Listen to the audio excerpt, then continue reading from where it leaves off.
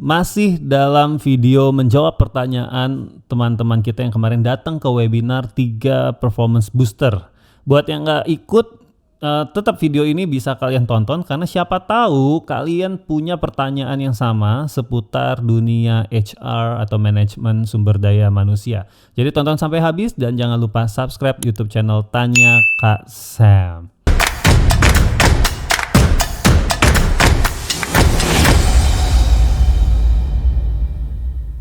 Halo semuanya, kembali lagi di channel Tanya Kak Sam. Kali ini gue masih menjawab pertanyaan-pertanyaan peserta webinar ya. Langsung aja, pertanyaan berikutnya yang mau gue jawab. Ini menarik banget nih, pertanyaannya langsung saya tampilkan. Hup, panjang ya.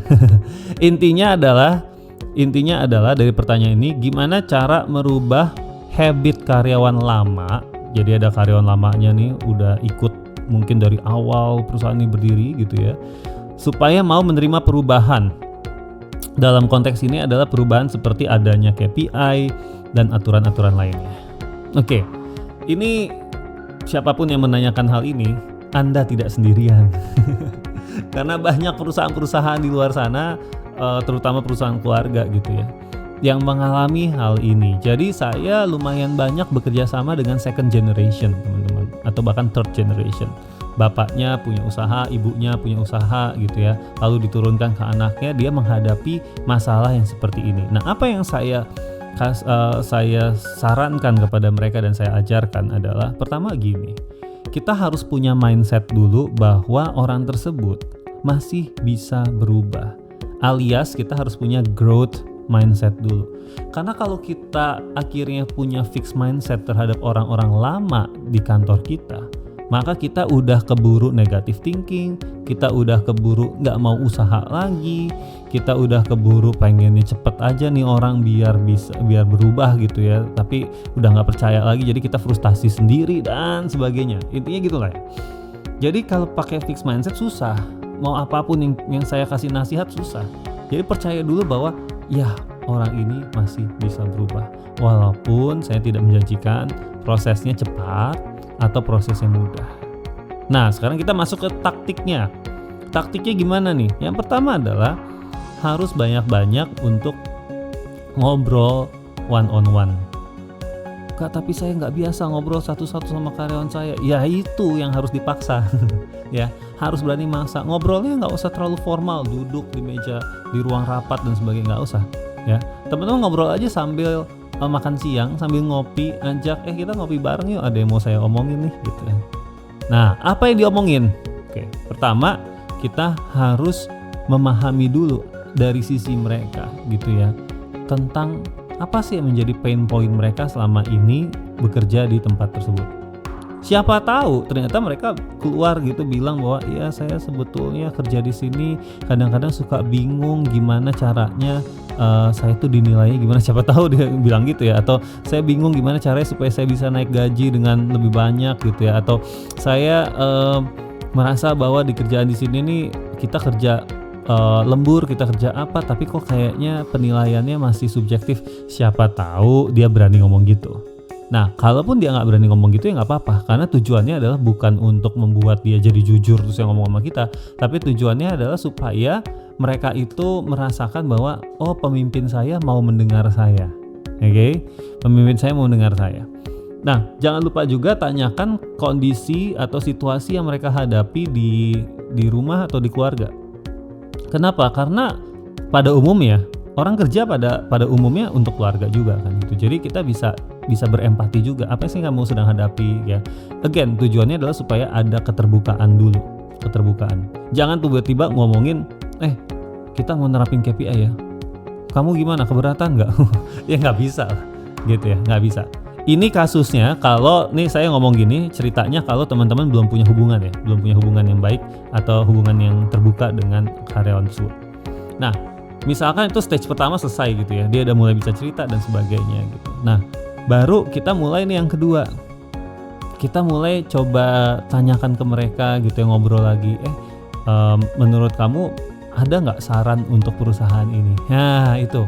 Begitu orang diminta saran untuk perusahaan, untuk tempat dia bekerja, biasanya sih kan kalau orang yang loyal, kalau orang yang udah lama kerja, itu biasanya dia akan ngomong gitu biasanya ya.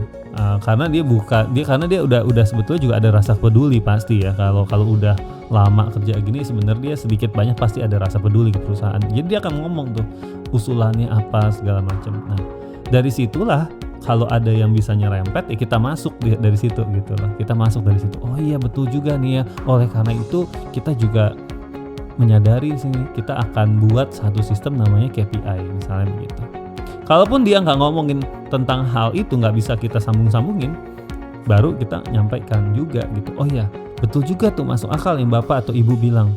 Lalu kalau dari saya ngelihat ini perusahaan ini kayaknya butuh, orang-orang tuh butuh diukur dengan objektif, pakai bahasa yang sederhana gitu ya. Kayaknya saya melihat karyawan-karyawan itu kasihan gitu kalau misalkan dia udah capek kerja tapi kita nggak bisa, leader ini nggak bisa mengukur secara objektif ya Pak gitu. Tentang kinerja yang nggak bisa menilai secara objektif gitu ya. Makanya menurut saya butuh juga tuh Pak namanya pengukuran. Menurut Bapak gimana atau menurut Ibu gimana? Nah kayak gitu loh. Jadi minta pendapatnya dia. Kalau dari pendapatnya dia atau suggestionnya dia nggak ada yang bisa nyerempet, ya berarti baru kita langsung kasih tahu juga pandangan kita gimana. Baru dari situ kita mulai masuk pelan-pelan gitu ya. Tanya lagi pendapatnya gimana tuh kalau kita mau merubah dari hal ini dan sebagainya ya. Kak Sam, caranya berarti ribet banget ya, harus ngobrol ini bolak-balik, nggak bisa sekali. Ya emang begitu ya, namanya juga manusia ya, nggak bisa kayak komputer yang kita tinggal kasih codingan aja, kamu harus menerima sistem KPI selesai langsung dia ngejalanin gitu, nggak bisa ya. Itu seninya lah untuk jadi leader atau jadi owner ya, dimana kita harus bangun hubungan dalam waktu yang mungkin nggak singkat gitu. Tapi gimana kalau misalnya KPI-nya udah mau dijalanin ya, makanya pendekatan seperti ini itu jangan dilakukan mepet gitu. Tapi kalau udah terlanjur mepet ya, kita bisa tanyakan ke orang ini, kita akan ada sistem seperti ini menurut Bapak atau Ibu bagaimana. Kalau misalnya merasa dia wah ribet dan segala macam, kita tanya lagi, kira-kira butuh bantuannya di dalam hal yang mana supaya ini tidak meribetkan, harus bahasa Indonesia benar, supaya ini tidak menyulitkan Bapak Ibu dalam bekerja, supaya ini nggak nambahin kerjaan Bapak Ibu butuh support di mana nih supaya KPI ini bisa jalan. Jadi kita berempati juga, kalau dia merasa ini ribet, dia merasa ini belum dia pahami, ya kita tanya butuh bantuan apa gitu ya. Jangan cuman stop di wah ini ribet ya menurut kamu ya, dasar kamu nih karyawan lama gak mau perubahan. Jangan gitu, itu fix mindset lagi gitu ya. Jadi offer helps, itu rumus yang berikutnya. Tawarkan bantuan apa yang bisa saya berikan untuk membantu kamu menjalankan sistem KPI ini ya. Nah lalu jangan lupa juga informasikan ke dia, ke orang-orang tersebut, kenapanya, why-nya, ini penting nih, why-nya, kenapa sih kita menerapkan ini. Dan yang ketiga, what's in it for them, apa benefitnya buat mereka. Jadi fokusnya ke sana. Jadi jangan message-nya begini ya, kita ada KPI, jadi lihat aja nih, kalau lu nggak perform sekarang kelihatan semuanya, kena lu ntar. Itu KPI buat alat nakut-nakutin namanya. Ingat loh, KPI itu bukan alat untuk nakut-nakutin, tapi alat untuk mengembangkan ya. Jadi kita tahu apa yang masih kurang, kita tahu apa yang sudah bagus, dari situlah kita bisa mengembangkan karyawan dan diri kita sendiri. Gitu. Jadi kalau saya rangkum teman-teman, yang pertama adalah kita harus berempati supaya mereka ini bisa menjalankan KPI-nya. Nah, berempati ini juga termasuk kita coba pelajarin apa ketakutan mereka dalam penerapan KPI. Kita harus tahu ketakutan karyawan ketika ada KPI. Ya, lalu kita klarifikasi ya. Yang ketiga adalah setelah offer helps ya, yang ketiga kita jangan lupa untuk kasih tauin benefitnya untuk mereka, keuntungan buat mereka itu apa ya, bukan hanya untuk perusahaan. Yang keempat adalah why-nya ya, kenapa gitu ya, kenapa ini harus ada, termasuk salah satunya keuntungan untuk diri mereka sendiri. Dan yang kelima tadi jangan lupa juga bahwa kita harus tetap pakai growth mindset, jangan langsung ditolak, langsung fix mindset ya, atau melabel orang dan sebagainya. Masih ada beberapa pertanyaan lagi di video berikutnya. Jangan lupa makanya nyalain notifikasi video baru, lonceng ya, tanda lonceng ya biasanya ya, tanda lonceng ini supaya teman-teman tahu nih kalau ada video baru. Siapa tahu video baru itu menjawab pertanyaan kalian selama bertahun-tahun. Ya, oke, semuanya, sampai jumpa di video berikutnya.